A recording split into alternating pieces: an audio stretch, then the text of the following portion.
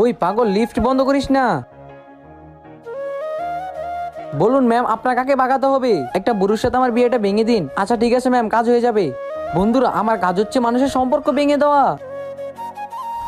আপনাকে বিয়ে করার পর আপনার প্রপার্টি সব আমার নামে হয়ে যাবে, আর আপনাকে মেরে আমি সব হাতিয়ে নিব। তো বলো, বিয়ে করতে রাজি নাকি? কি, মোদি সাহেবের সাথে আমার মিটিং আছে, আবার এখন আইতেছি।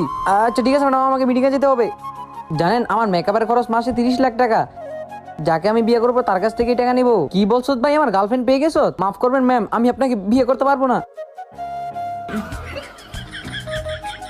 আপনার নাম কি জিনি? হ্যাঁ, আমার নাম জিনি।